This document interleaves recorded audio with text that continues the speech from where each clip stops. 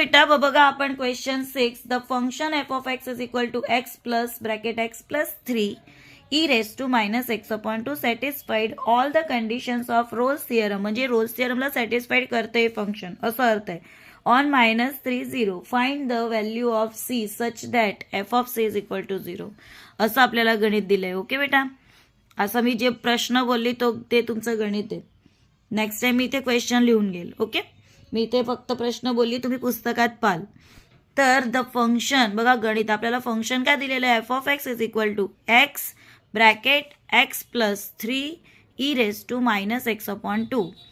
मी ह्या एक्सला मध्ये पहिले मल्टिप्लाय केला, x into x x square, अगदी सोप्या भाषेत बोलते मी. ओके, आणि एक्स काय झालं 3x e raise to x minus 2, म्हणजे एक्सला ब्रॅकेटमध्ये मल्टिप्लाय केला. नाव डिफरन्शिएटिंग तुम्ही ते लिहू शकता, differentiating with respect to X. नाव त्याचा एफ डॅश एक्स काढला तर यू इंटू व्ही करायचे, पहिले यू राहू द्या. यू इंटू व्हीची फॉर्म्युला काय, U differentiation of V plus V differentiation of U. The X square plus E raise to X square plus 3x आपला यू आहे, हा डिफरन्शिएशन केलं E raise to X E raise to एक्सच, म्हणजे E raise to minus x upon 2चं E raise to minus x upon 2. Differentiation of परत काय आलं मायनस एक्स अपॉन 2 प्लस आता व्ही राव दिला e raise to minus x upon 2. तर मी ह्याचं आता व्हीचं केलं तर एक्स स्क्वेअरचं 2x प्लस 3 एक्सचं 1 होतं. असं मी इथे काय केलं, त्याचं डिफरन्शिएशन केलं. पहिले पूर्ण यू इंटू व्ही लावून डिफरन्शिएशन केलं. ह्याच्यामध्ये पहिल्याचं परत डिफरन्शिएशन होतं. ओके, नाव इथे x square plus 3x e raise to minus x upon 2 आणि परत ह्याचं डिफरन्शिएशन केलं तर -1 अपॉन 2 कॉन्स्टंट राहील, एक्सचं डिफरन्शिएशन होतं 1. ओके, म्हणून आपण त्याला एक्सचं डिफरन्शिएशन होतं 1, म्हणून आपण त्याला डिफरन्शिएशन -1 अपॉन 2 लिहिलंय, प्लस हे तसं आणि तसंच लिहिलेलं आहे.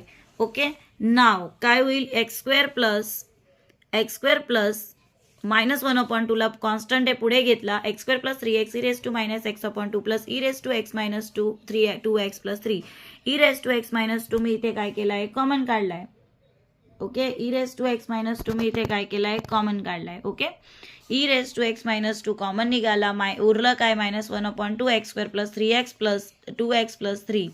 नाव e raise to x upon 2, तर इथे काय झालंय, हा मायनसवाला पार्ट आहे ना, तो मागे छान वाटेल, आणि प्लसवाला नेहमी पॉझिटिव्ह पुढे ठेवायचं, नेहमी विचारांमध्ये पण पॉझिटिव्हिटी पुढे ठेवायची. ओके, पॉझिटिव्ह पुढे नेगेटिव्ह मागे ठेवलं. नाव काय केलं, हा 2 ला इकडे मल्टिप्लाय केलं तर 2 4 x प्लस 3, ह्या तर कॉन्स्टंटली तसं चालत राहिलेला आहे.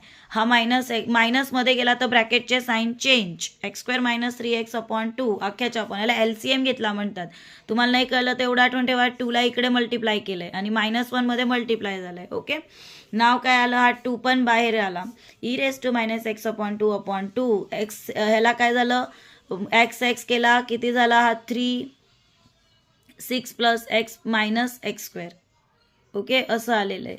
बघा कसं आलंय, हा 4 आणि हा बेटा इथे हा 6 आहे, तो 6 आला प्लस 4x मधनं 3x गेला, काय आलं एकच x उरेल, डिफरन्स साईन सबट्रॅक्शन, आणि हा काय आला मायनस एक्स स्क्वेअर. ओके, म्हणजे एफ डॅश एक्स.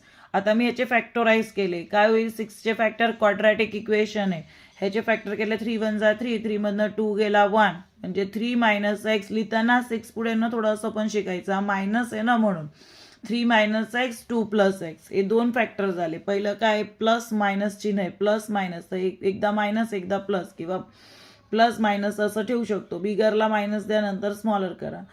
आता एक्सच्या जागेवर एफ डॅश एक्सच्या जागेवर सी ठेवला, सी सगळीकडे एक्सच्या जागेवर सी ठेवला, f dash c Rolle's theorem verify करतोय म्हणून ते 0 ठेवलं, हे मिळालं.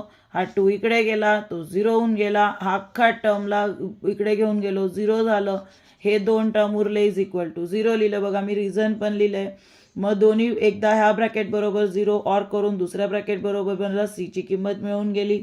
But c does not belongs to -3 does not belongs to -3 0. आपल्याला गणितात दिलेलं की ते -3 आणि 0च्या मध्ये व्हॅल्यू यायला पाहिजे. 3 हा -3 आणि 0पेक्षा मोठा, 0च्या तिकडे चालला जातो पॉझिटिव्हमध्ये, म्हणजे आपण त्याला ॲक्सेप्ट करू शकत नाही. C is not equal to 3, म्हणून सी काय असू शकते -2. It's answer. सीची व्हॅल्यू किती मिळाली, -2.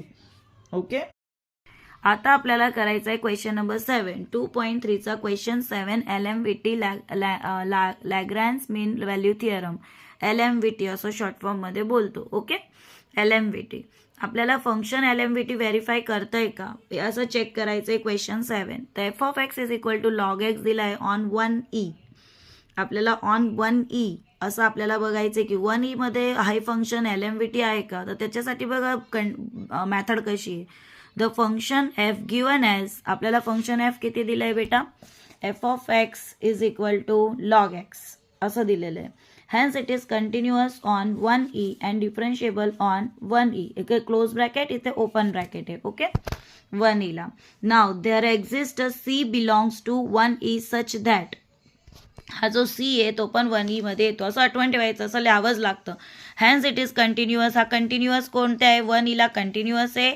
डिफरन्शिएबल ऑन ओपन ब्रॅकेट 1e ला आहे. There exist c belongs to 1e such that f'(c) = LMVT साठी ही एक फॉर्म्युला आहे.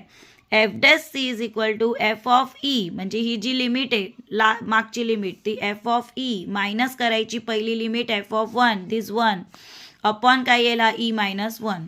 f'(c) = सपोज इथे h आणि k असतात तर h f(h) - h f(k) upon h - k असं केलं असतं. ओके, आता हे f'(c) आपल्याला f(e) पाहिजे. ओके, आपल्याला f(e) पाहिजे.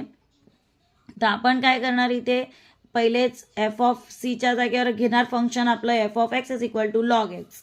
आपण मी पहिले f(1) काढला तर f(1) x च्या जागेवर मी 1 टाकला, log 1 काय आला 0. f(e) परत f(x) = log x आहे, मी x च्या जागेवर e टाकलं, log e किती आला 1. f(x) = log x. असं डिफरन्शिएशन जर केलं f'(x) किती आलं 1/x. म्हणून f'(c) किती आला 1/c. आता हे सगळं मी इथे काय करणार, त्याला पुट ऑन करणार. सोपं आहे बेटा, हार्ड नाहीये. काय येईल, f'(c) किती मिळालाय 1/c. मला f(e) किती मिळालेला 1. f(1) किती मिळालाय 0 आणि e-1.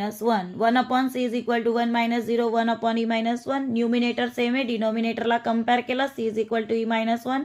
जो बिलॉंग्स टू काय करेल 1 आणि e मध्ये येईल. e मधनं -1 केला तर तो e पेक्षा काहीतरी छोटी व्हॅल्यू इथे मिळेल, e पेक्षा कमी यामध्ये येणारच आहे. म्हणून आपण म्हणू शकतो therefore LMVT value theorem is verified. Okay, खूप सोपं, एकदम सोपं आहे. थोडं नीट चेक करायचं, आपल्याला बरोबर समजेल. ओके, पहा बेटा आता क्वेश्चन 7 मध्येच LMVT व्हेरीफाय करायला आता हे फंक्शन दिलंय f(x) = x - 1 x - 2 x - 3 on 0 4. तर मी काय केलं, x - 1 ह्या दोघांना मल्टिप्लाय करून घेतलं, x × x x². ओके, आणि मग 2x आला असता आणि 3x, ते दोन्ही काय झाले 5x + 3 2 6. आपण 12th ला आहे, थोडं डायरेक्ट यायला पाहिजे. ओके, परत आता x ह्याच्यासोबत केला तर x × x x³ minus x परत 5x² 6x 1 सोबत मल्टिप्लाय केला -6x² + 5x - 6. x³ मायनस, आता मी इथे x³ x² same sign addition, दोन्ही मायनस आहे, -6x² + 11x - 6 is a polynomial function. Hence it is continuous on close bracket 0 4 and differential on 0 4. The function of satisfied the condition on Lagrange mean value theorem. C belongs to 0 4 open bracket 0 4. f'(c) = काय येईल, f(4) - f(0) upon 4 - 0. Okay, f(x) = काय होतं, x - 1 x - 2 x - 3. तर मी f(x) = हे दिलेलं, त्याच्यात f(x) च्या जागेवर पहिले ठेवला f(0) साठी 0. तर 0 - 1 0 - 2 0 - 3 -1 - 2 - 3 म्हणजे टोटल आलं. गणित केलं तर बघा हे दोन्ही पॉझिटिव्ह होतील, 2 3 6, परत -1 म्हणजे -6 आलं.